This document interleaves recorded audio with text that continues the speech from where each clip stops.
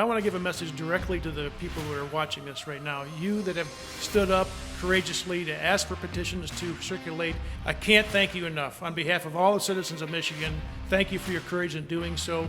Get those petitions returned back to us. There is a delay, a lag time in processing them because we're being very careful about making sure that nobody gets eliminated. The accuracy and the completeness of the petitions that have been turned in so far has been spot on, better than any we've ever experienced before. So please keep up the good work.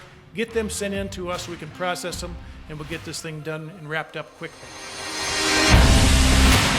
This movement seeks to empower people to stand up for our sacred values, our citizen rights, and constitutional freedoms that were inked on that piece of paper by our forefathers.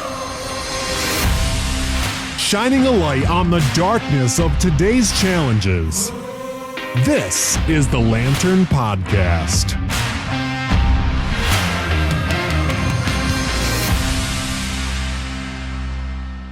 Welcome to another episode of the Lantern Podcast. I am your host, Garrett Soldano. I'm with my co-founder, Ron.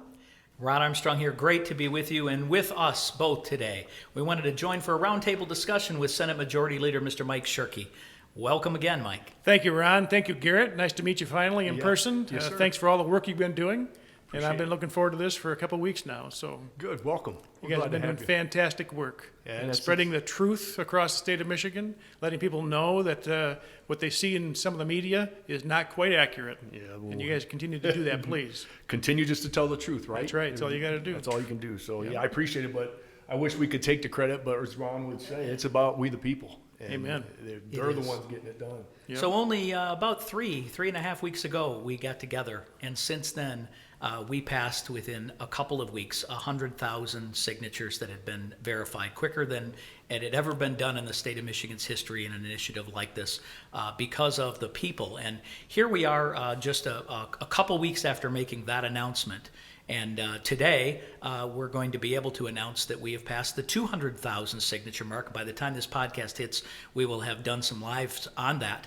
But I want to get your feedback on how fast this is happening and why you think it's happening so fast. So first of all, this is all credit to the folks of Michigan who understood and wouldn't take the vague leadership and demands that coming out of the executive office this year during this crisis that we've endured.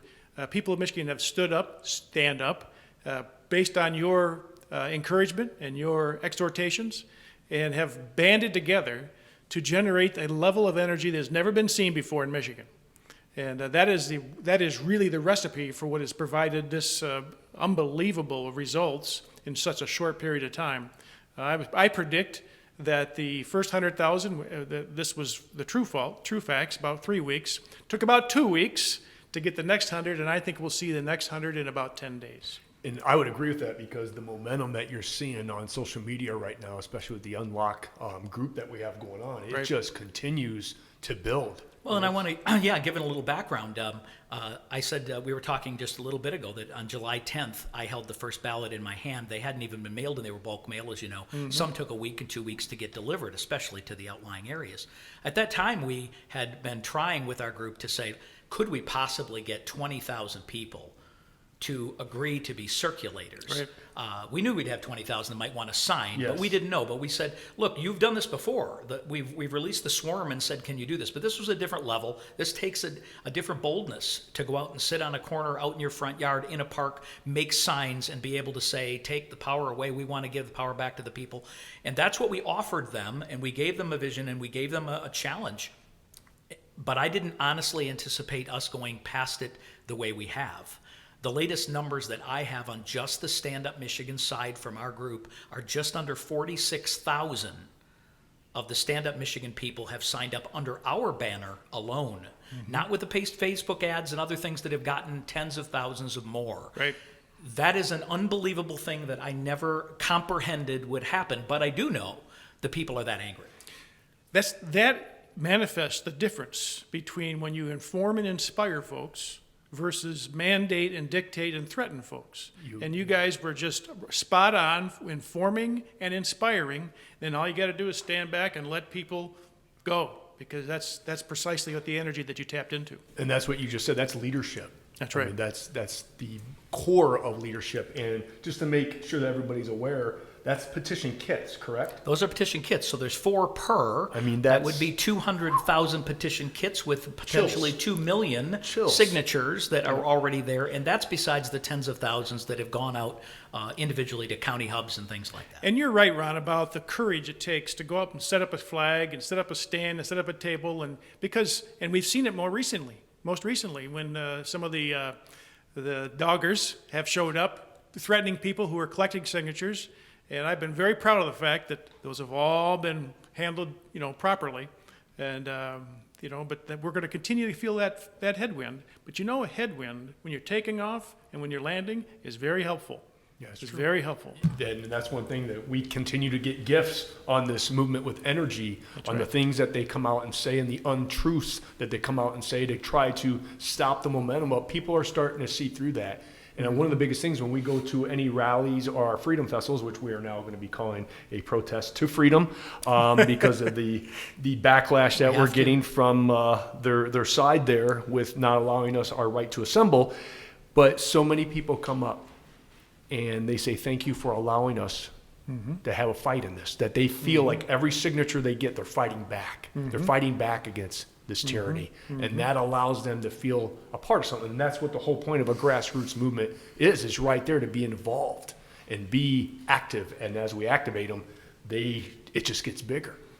And it's been an unbelievable experience to see the power of what the people can do when they are inspired and they're motivated. That's right. So it's just the beginning. That's what self-government means, is you have to be involved in the government process. And it doesn't mean you just give it over to somebody who you elect, but you stay engaged and you stay involved and you hold us who are elected accountable every step of the process. And this is a perfect example of people having had enough and standing up and saying, we want to say in this process. And that's why I feel that it's going to be like in a political evolution, because my generation, especially, and I was that guy, I wasn't involved. I just would go and vote, and that was it. I wasn't really in the policy and everything else. But you're exactly right. This is going to allow people to be more involved than we ever have for a very long time, I feel. Exactly. Yep. There are expectations and accountability that comes with that. Yep. So the question is, and it gets asked of us often because they've been let down so many times, and that is, we're doing all this, we're putting all this energy in. Will it really get repealed? What is the process? And if you could, for those that haven't seen it before, walk through what happens when we get the signatures and they're submitted to the Secretary. Sure. A citizen initiative legislation, in this case it's a repeal of legislation, involves citizens embracing the process, coming up with the language, having it approved, and then circulating petitions and getting the signatures. Once those signatures are certified, that then gets presented to the legislature, and the legislature has 3 options. One is to let it go. In this case, it would go to the ballot. Another option is to offer an alternative to it and have both go to the ballot. And the third option is for the legislature just to enact it. And if that happens, that's veto proof, and it becomes law, or in this case, it's a repeal of a law. And I promise you, at least for the Senate, from the Senate standpoint, these signatures get certified. I can't wait to have it in front of the full Senate and have that vote put up on the board. And I promise you, it'll pass quickly in the Senate. I'm pretty sure we got pretty good partners in the House. Okay. So what about, let's talk about the Secretary of State, because we've seen the tamp down during COVID. We can't count. It takes a process. Is there a chance they want to try and drag this into January, hoping to prevail with the House in November and try and head that off in that capacity? What kind of pressure if we get 500,000 signatures? So we're 160,000, 30% more. We're going to have looked at them pretty clearly before we turn them in. What do we believe that process is like, or what kind of pressure can we put on them to validate those during a reasonable amount of time? Nobody should expect anything other than them putting down as many obstacles as possible in the process of certification. But I got good news for you. Your folks, the energy in this state of these circulators going around and signing petitions is not just the energy of collecting signatures, but they're doing it in a more accurate and thorough way than it's ever been seen before. I've had friends who have been long involved leaders in right-to-life petition drives, citizen petition drives, who have audited the circulated petitions that have been sent back in, and the accuracy and the completeness is like 91.7%, basically 92%. Never been seen before. This is from somebody who's had the perspective of right to life circulators, and they have practiced it for decades. And so the pay attention to detail, the attention to detail that the circulators are doing right now is going to pay off big dividends. So what that means, Ron, is that when we submit them finally, and they'll take a sampling with 92% accuracy and a 160,000 margin, they'll have to just throw their hands up and say, they obviously have enough signatures. But we should not be under the illusion that they won't still try to throw obstacles on the tracks in front of us between now and then, which is the reason why we can't take a citizen initiative basically is allowed 180 days to collect signatures. We can't take the 180 days. We got to do it faster to allow that time for us to fight those battles that are going to come up.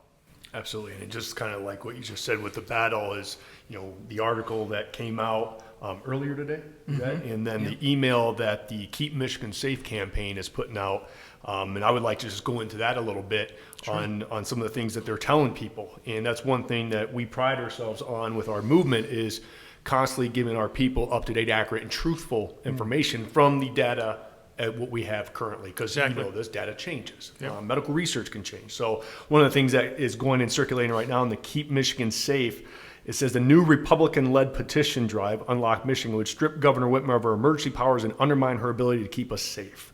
We must do everything we can to stop this reckless petition because we've seen similar actions in Wisconsin that have led to an uncontrolled spread of the virus. So when you read that, and somebody who's not really involved in the data and they're just allowing mainstream media to give them a narrative and they continue to fuel that narrative, that may cause concern because when you read that, you're like, oh my goodness, we're going to not be safe. And then they throw Wisconsin underneath the bus. And so what I like to do when I see that kind of data is I like to look up things. Good. And say, okay, like what is the data? And so I have some right now.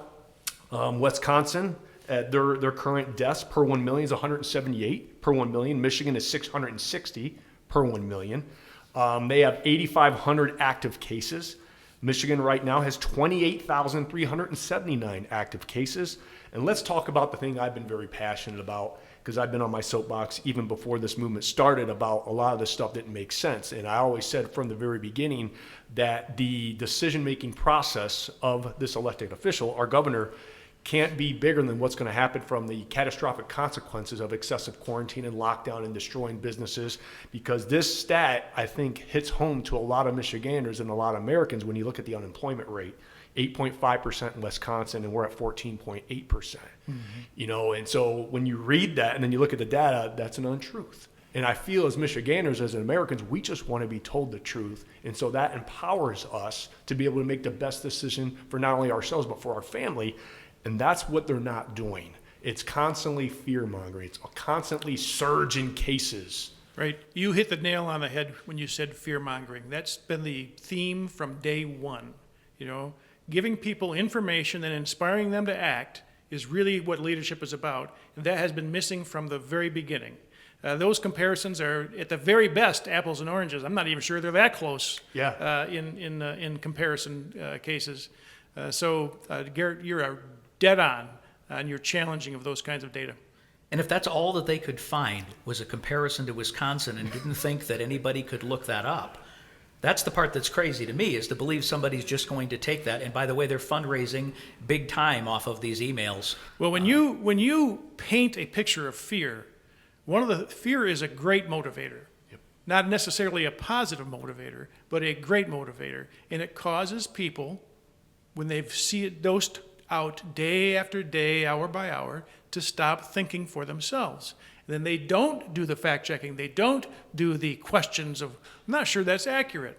And that's really what we're experiencing now, is that the full extreme of being buried in fear and then people wondering, whether they're going to be safe or not based on half-truths, like that article that you just referenced. And I think when we get back to our people, what we have heard from our people is their fear is being locked in their homes and not having their freedoms.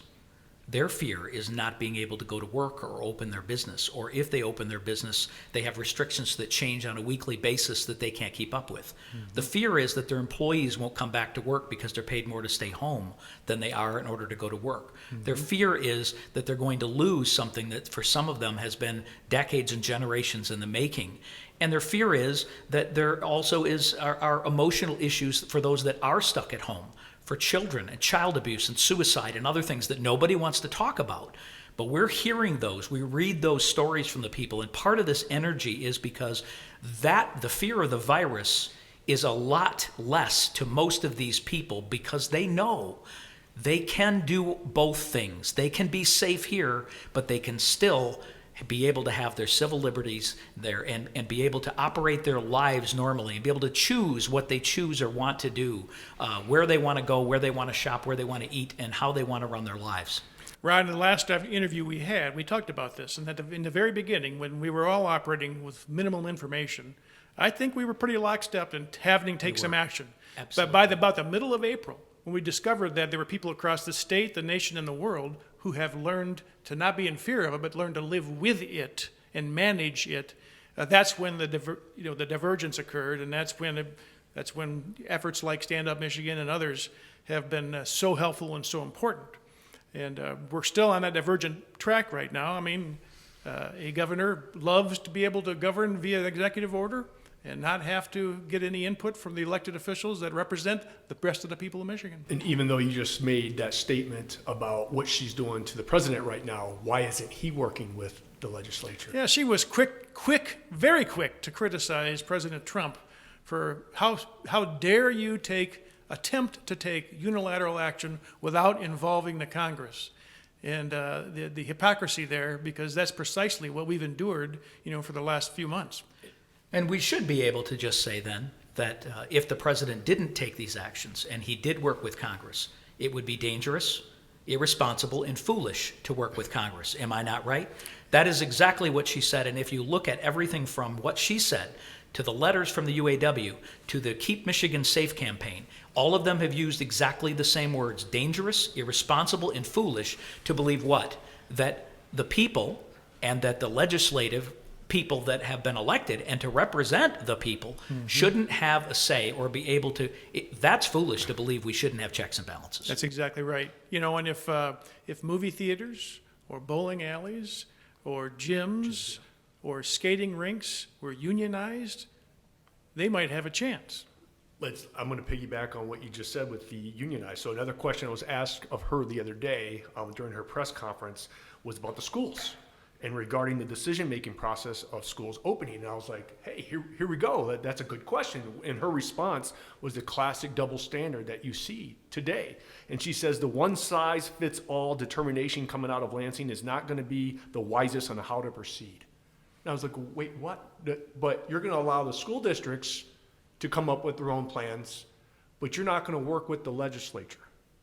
It gets your classic double standard. And that's one thing I've been upset about is the blanket approach that she has used throughout this entire process where the UP had no activity. Indiana and Ohio were open, and you saw Michiganders were going across, spending all their money there, going out to have a sense of freedom. Even I went over there for the first time in late June with my family to go experience a restaurant, which we haven't been able to. And this blanket approach that she has done has literally destroyed tens of thousands, and we will never understand the repercussions of this until many years. I think we're going to be feeling this for many years. You're exactly right, Garrett. In fact, the non-measured negative results of all these unilateral decisions that have caused us to unnecessarily lock down our culture, our livelihoods, and in some cases our lives, will only be measured post-COVID, and I think that the aggregate result of that is going to dwarf the true effect of this virus. I 100% agree with you. Unfortunately, you can see it. You can already see it. And then just with the fear, what you said about fear, like it is a motivator in the beginning, but fear over long term has a detrimental effect to your body. You're in this constant fight or flight response of stress. That's right. So cardiovascular disease, heart disease, all these people that are supposed to be going and having pre-checks and preventative care are not going to the hospital and having these things done because they're afraid of the virus. 1,800% increase in the use of the suicide hotline in Michigan. I mean, that's just one small data point that should not be ignored. Yeah, why aren't we talking about that? I've literally talked 2 people off committing suicide over the past month. Oh, bless you for that. I had one just day before yesterday, and same thing. He reached out and began saying the hopelessness, and his hopelessness was that at work he was being forced to do some things at work that he didn't think he could physically handle, and when he challenged that, he basically was told to go home, and he thought that meant they were sending him home, and then when he went home, they said, well, you walked off the job. And he lost his job, and he was reaching out to us saying, I honestly don't know if I can take another job in what I do because the same requirements are going to be of me, and I'm not sure what I can do about that. And for the very first time in my life, I've actually contemplated suicide. Please. And then he just finished it with help. Yeah, wow. And my wife saw it. She's an admin, and said, you need to get a hold of him. And I called within 10 minutes of us seeing that. Couldn't get him, and the next day we finally connected, and we've provided him hope. But the only hope he had to start with was coming back to something that he thought might provide a ray of hope, and that was our organization or group. The problem was we couldn't do anything in his mind to help him take care of his family. Yeah. And that's the stress that we've seen. And that's the stress on you and I. I mean, the biggest thing is, like, I talked to Ron, I confide in him in a lot of these things because this is all new. I mean, this was just kind of thrown into our plate. We didn't plan this. I mean, it just happened, especially at the fast pace that it happened. I mean, when you're growing 100,000 people a day, I mean, it's a lot of energy and it's overwhelming. And then we're trying to figure things out in the beginning. And it's just when we hear those things, I mean, we've been at this literally since April 9th, 7 days a week. April 9th was the launch. That's 3:39 p.m. on a Thursday when I start that first group. Wow. And then I met Ron that Friday next evening. day. Yep. Yeah. And it was going, but it's been a lot. Yeah. Well, when our group was taken down, Mike, the top post that was pinned at our group was suicide hotline.